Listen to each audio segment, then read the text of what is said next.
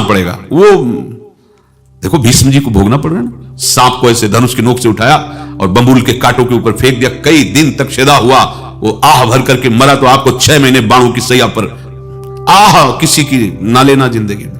कोई ऐसा कोई आह भर करके कह दिया तुम समर्थ हो, हम तो कुछ कर नहीं सकते, और अंदर से दुखी, फिर तुम्हारी सामर्थ्य काम नहीं करेगी, मिट्टी में मिला देगी। फिर ये तो संत थे और भगवत आराधना के लिए, संत आराधना के लिए ही ऐसा किए हुए थे। अब इनका कैसे मुंह दिखाएं, अब क्या करें। सुबह संत जन आएंगे, सबके बीच में हमारी कि देखो इन्होंने, अब क्या करें। गए और संगम में जाके छलांग लगाई, अपने प्राण त्याग दिए। अब उनके तो पास मोहरे थी और व्यापार बढ़ा, और 9-10 महीने बाद ही लड़का हुआ। अब तो उनको कि संत फलीभूत हो गया। देखो व्यापार चल रहा, लड़का नहीं होता था, लड़का भी हो गया, बड़ा आनंद छा रहा है।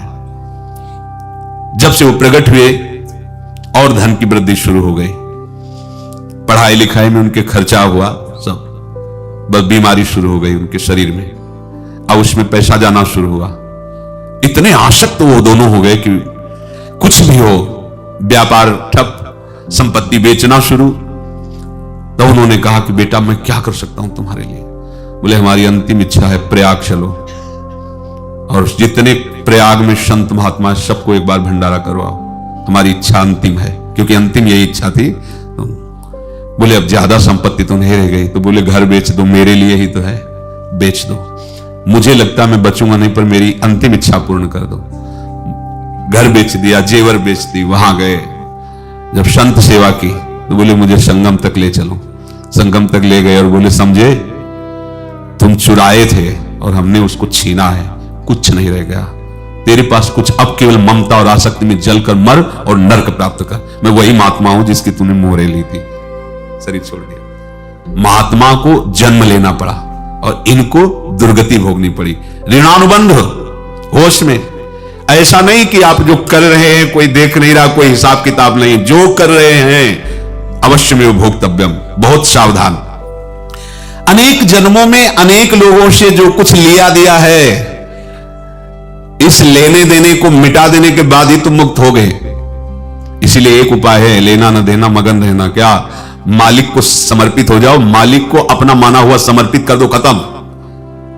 अहम त्वाम स्वरूपापेभ्यो मोक्षयिष्यामि, सब खत्म, आगे पीछे लेना देना सब खत्म। एकादश स्कंद में भगवान श्री कृष्णचंद्र जी ने कहा जो मेरे चरणों का आश्रय लेकर भक्त मेरा भक्ति करता है, उसके पितृ ऋण, मातृ ऋण, देव ऋण, ऋषि ऋण, सब ऋणों से मैं मुक्त कर देता हूं। बस यही एक उपाय है जो इसके बंद करने का उपाय भक्तों के लिए है, वो यही है, भगवान की शरण में होकर अपना माना हुआ पूरा भगवान के अर्पित कर दो। अर्पित करने का तात्पर्य उसमें आम हटा दो। तो दियम वस्तु गोविंदम तुभ्यमेव समर्पये। जिनसे तुमने सेवा करवाई है उनकी सेवा करनी पड़ेगी, जिनसे तुमने जो कुछ लिया है उनको देना पड़ेगा। ये लेने देने का व्यापार जब तक समाप्त नहीं होगा तब तक तुम्हारा जन्म मरण चलता रहेगा। अब आपको यहां समझना है, यदि आपसे किसी ने पैसे लिए बेईमानी करके नहीं दे रहा है तो आप उसको गाली मत दीजिए, आपने बेईमानी की थी इसलिए आपकी बेईमानी हुई है, ले गया, कोई बात नहीं है, बंधन से मुक्त हुए, जो बोझा था चला गया। उसको ऐसा ना देखे कि ये बेईमान हमारे रुपए मार लिए, अब जो कुछ होगा देखेंगे। अगर आप आगे नया कुछ करते हैं तो फिर आगे का हिसाब आपको भोगना पड़ेगा, ध्यान रखना। ऐसा नहीं है कि आपको भोगना नहीं पड़ेगा। एक ही उपाय है कि अब जो शरीर धारण किए इसी में जो भोग ले, आगे ना होना चाहिए। तो क्या करे? सर्वतो भावेन भगवान की शरण ले ले। ये तो सर्वाणि कर्माणि मयि सन्न्यस्य मत्पराः अनन्येनैव योगेन मां ध्यायन्तु उपासते तेषामहं समुद्धर्ता मृत्यु संसार से। ये बड़ा कठिन है पार होना, कोई छोटी मोटी बात है। एक महात्मा बाल्यावस्था से भजन करते थे, शालिग्राम भगवान पास रखते थे और उन्हीं की आराधना करके बस पाठ, नाम, जप और भ्रमण करते थे।